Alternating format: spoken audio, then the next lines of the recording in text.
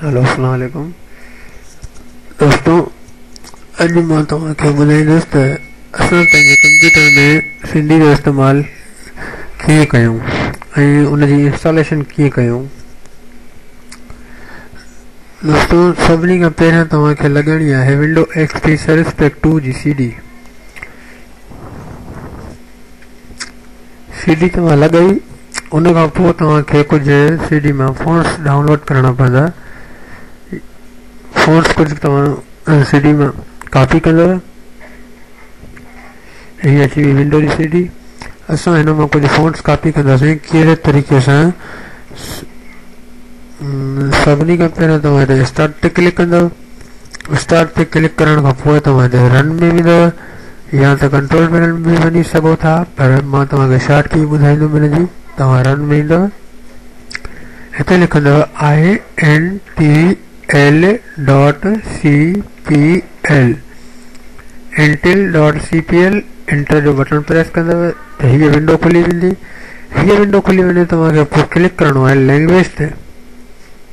Language ते तव्हां click कयो त हे ॾिसो त हिते टिक मार्क जो निशान न आहे, हिते बि न आहे, पर तव्हांखे मथे टिक मार्क जो निशान हणिणो आहे। चए थो ओके। ओके कंदव, अप्लाई ते क्लिक कंदव त हुन मां कुझु फ़ॉन्ट्स निकिरणु शुरू थी वेंदा। हाणे हे फ़ॉन्ट्स कुझु निकिरी असांजे सिस्टम में वञनि था विंडो जी CD मां।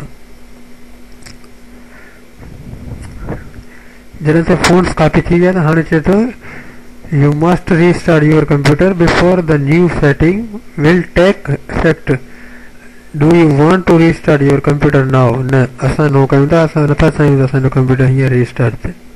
असां नो ते क्लिक कयो, हाणे हिते ओके ते क्लिक कयो।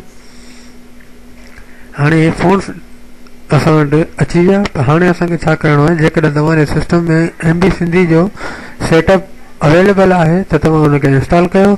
जे अवेलेबल न आहे त पोइ तव्हां सभिनी खां पहिरियों गूगल क्रोम खोलींदा।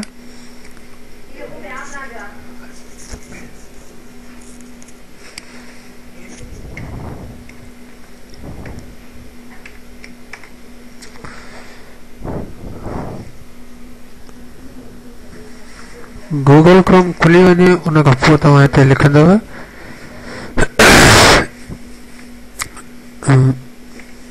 माजिद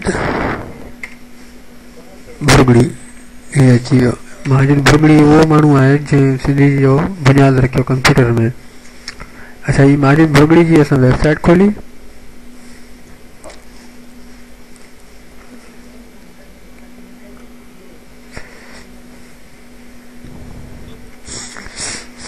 ही लिखियलु आहे सिंधी इंस्टॉल। सिंधी इंस्टॉलर जी मदद सां हाणे दुनिया जे कुंड कड़छ में तमामु कंप्यूटरनि ऐं सभिनी OS ते सिंधी लिखी सघिजे थी। Sindhi fonts, Sindhi web keyboard, Sindhi keyboard जो लेआउट तव्हांखे हितां मिलंदो ऐं जॾहिं तव्हां इंस्टॉल कंदव त तव्हां लेआउट ऑटोमेटिक अची वेंदो सिंधी सां गॾु। तव्हां हिते क्लिक कंदव सिंधी इंस्टॉल ते।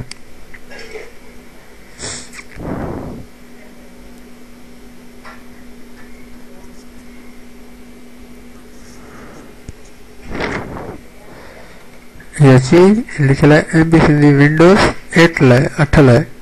असांखे हिते अचिणो आहे MB सिंधी विंडोज़ लाइ। हिते असां क्लिक कंदासीं सेटअप ते, उन खां पोइ हीअ अची वियो।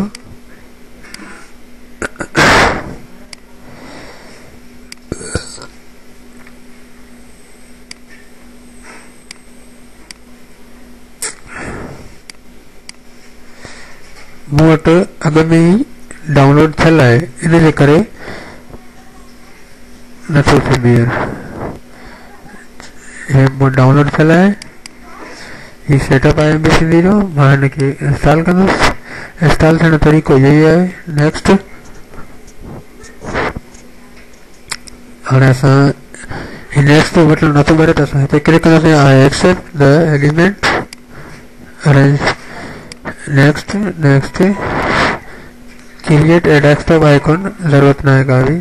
Next install.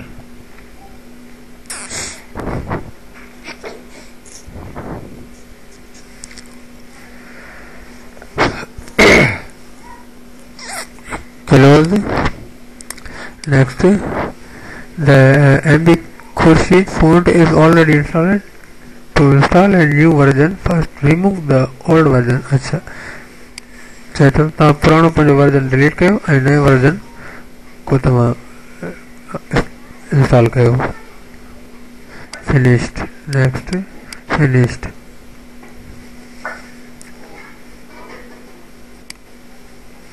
असां वटि ही शइ अची वई. पहिरियां ही शइ न हुई.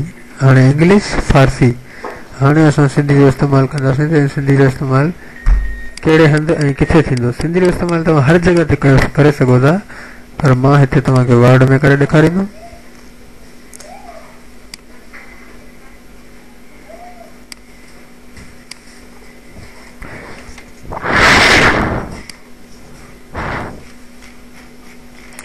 काफ़ी सारा फ़ोन्स बि अची वेंदा आहिनि, पर सिंधी में फ़ोन्स जेके सुठा आहिनि उहे MB जे नाले सां बि हूंदा आहिनि ऐं सरनेम जे नाले सां बि हूंदा आहिनि. फॉर एग्ज़ाम्पल असां ही फ़ोन्स रखियो. असां तव्हांखे हाणे सिंधी इस्तेमालु करे ॾेखारींदासीं. सिंधी असां वटि सिस्टम में अची वई आहे.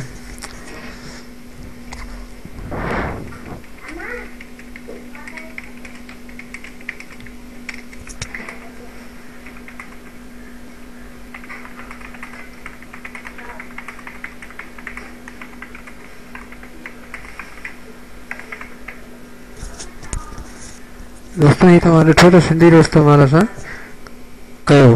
हाणे तव्हां बि करे सघो था बआसानी सां. हुन सां गॾोगॾु ॾींदा आहिनि जो ज़ंगी जो के इजाज़त. ख़ुदा हाफ़िज़.